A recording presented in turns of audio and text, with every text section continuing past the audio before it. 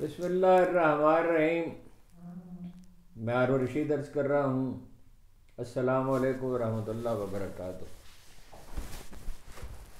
جیسا کہ عرض کیا تھا، فلسطین میں صورتحال پیچیدہ سے پیچیدہ تر ہوتی جا رہی. غزہ میں ٹو بی ایگزیکٹ 3 ملکوں نے، بولیویا نے، چلی نے، کولمبیا نے، لاطینی امریکہ کے، اسرائیل سے سفارتی تعلقات ختم کرنے کا فیصلہ کیا، اعلان کر دیا. یمن جنگ میں شریک ہو گیا ہے، اگرچہ وہ فاصلہ بہت ہے، 2000 کلومیٹر کا ہے لگ بھگ، لیکن یہ کہ یہ بہت ڈٹرمنڈ قبائل ہیں، حوثی قبائل.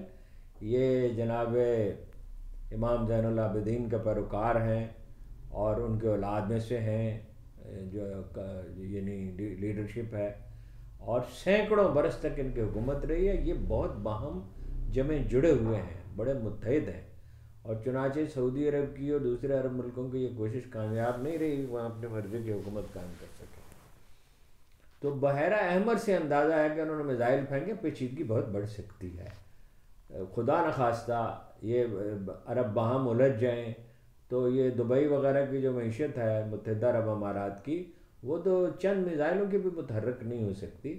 ادھر ایران کو امریکی وزارت خارجہ نے مطلع کیا کہ ہمارے ٹھکانوں پر کو تنبیہ کیا کہ ہمارے ٹھکانوں پر حملے نہ کیے جائیں. حوثی قبائل کا مطلب ہے ایران، حزب اللہ کا مطلب ہے ایران. اور وہ انہوں نے یہ کہا ہے ایرانیوں نے کہ ایرانی لیڈر خامنائی نے کہ کم از کم تیل تو نہ بیچی اسرائیل کو. تو ایران ادب 23 جگہوں پہ انہوں نے کہا حملے کیے گئے ہیں، مگر ایرانی ڈٹے ہوئے ہیں اور ٹلنے والے نہیں ہیں. ایرانی چیف آف سٹاف نے کہا ہے کہ 1 سال بھی جنگ رہے تو نہیں ہرا سکتے ان کو. ادھر وہ کیا کر رہے ہیں اسرائیلی کہ غزہ کو خالی کر دیا جائے. کیوں خالی کر دیا جائے اور کہاں جائیں؟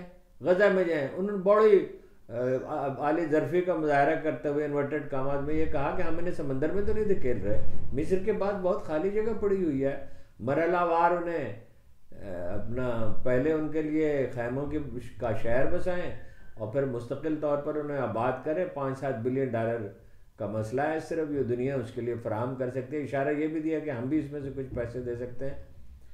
دریا سنا اس نے الجزیرہ کے کورسپونڈنٹ نے ایک ڈاکومنٹ کا سراغ لگایا ہے اور وہ دکھایا گیا ہے، جس میں نیشنل وہ تھنک ٹینک ہے، اس کی بنائی ہوئی رپورٹ ہے جس کے سربراہ نیتن یاہو کے ایڈوائزر بھی رہے ہیں، national security institute and strategy for زائنس.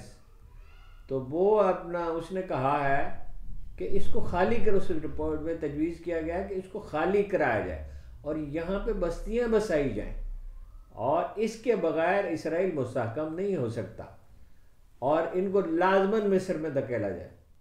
یعنی جو کچھ وہ کہہ رہے ہیں کہ یہ ہماری سیکورٹی کا مسئلہ سیکورٹی کا نہیں ہے، اس کی حدود میں وسعت پیدا کرنے. دوسری طرف صورتحال یہ ہے اندر سے تقسیم ہے.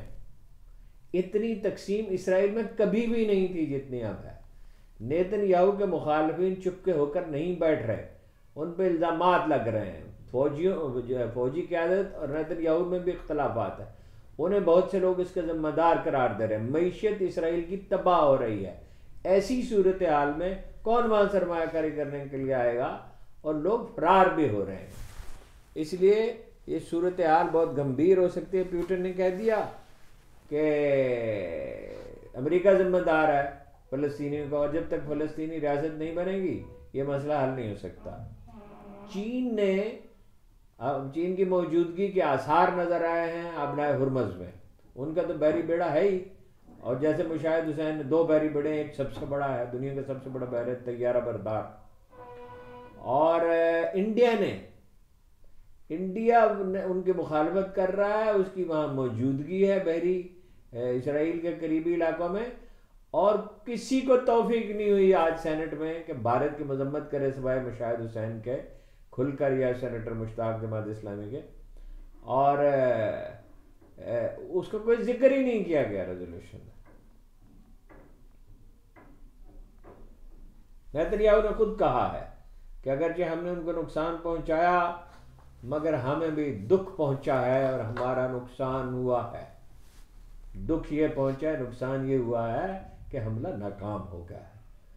اور وہ اپنی ایرانی عسکری قیادت نے کہا ہے کہ وہ اپنا اسلحہ خود بناتے ہیں اور انہوں نے اپنی حفاظت کا خود بندوبست کیا ہوا ہے، باہر سے انہیں مدد نہیں ملی۔ واقعہ یہ ہے کہ اس وقت تو مدد نہیں مل رہی اور اسرائیل کے ناقابل شکست ہونے کا تصور تو ختم ہو چکا، اور اسی میں پریشانی ہے امریکہ کو کہ مڈل ایسٹ پہ اس پہ غلبے کا جو منصوبہ تھا، جو خواب دیکھا تھا جو بائیڈن صاحب نے کہ عرب ملکوں سے تسلیم کرا لیں گے، اور نیتنیاہو کہہ رہے تھے پاکستان سے بھی تسلیم کرا گے، اس کا تو کامیاب ہونے کا سوال ہی پیدا نہیں ہوتا۔ 326 خاندانوں کو مطلع کیا گیا ہے کہ ان کے فرزند مارے گئے، ہلاک ہو گئے غزہ میں۔ ایک پریس کانفرنس میں اطلاع دی، یہ ایک کیمپ ہے، نام میں بھول رہا ہوں اسے کیا ہے، اس پر بمباری کی گئی ہے۔ میں نے آپ سے پہلے بھی عرض کیا تھا کہ شہری مر رہے، جہاں غزہ میں شہری مر رہے ہیں لیکن اسرائیل کے فوجی مر رہے ہیں۔ 326 کی تو تصدیق ہو گئی، اس سے زیادہ ہو سکتے ہیں۔ جن خاندانوں کے لوگ یرغمالی ہیں وہ پریس کانفرنسیں کر رہے ہیں، واویلا کر رہے ہیں، نیتنیاہو کو ذمہ دار قرار دے رہے ہیں۔ اقوام متحدہ کے کمشنر جو ہیں برائے انسانی حقوق، اس کے ڈائریکٹر مستعفی ہو گئے، نام میرے ذہن میں نہیں ہے۔ جو حوثیوں کا حملہ ہے اس کو لائٹلی نہیں لینا چاہیے۔ اس کا مطلب یہ ہے کہ میں نے آپ سے عرض کیا تھا کہ ان کی تربیت انہیں دی گئی ہے ایران میں، وہ جنگجو ہیں، برسوں سے جنگ لڑ رہے ہیں، انہیں اسلحہ بھی مل سکتا ہے، اور وہ اگر یہ محاذ کھل گیا، جیسے بھی وہ جائیں گے لبنان پہنچیں گے، کیسے کریں گے میں نہیں کہہ سکتا، تو وہ بڑے سخت جنگجو ہیں، اور اس کے نتیجے میں ساری دنیا کی معیشت پہ بہت برے اثرات ہو سکتے ہیں، جیسے عالمی جنگوں کے ہوتے ہیں۔ ایک طرح سے یہ عالمی جنگ کی طرف بڑھ رہی ہے، اور تیل کی قیمت جو پہلے ہی بہت زیادہ ہے وہ $150 تک فی بیرل تک پہنچ سکتی ہے۔ جرمنی میں ایک 91 سالہ شخص نے، جسے ایوارڈ دیا گیا تھا اسرائیل کی طرف سے، ان کا نام ہے ہنک زنولی، انہوں نے اپنا ایوارڈ واپس کر دیا ہے اور یہ کہا ہے کہ غزہ میں بہت ظلم ہو رہا ہے۔ دنیا بھر میں مخالفت بڑھتی چلی جا رہی ہے۔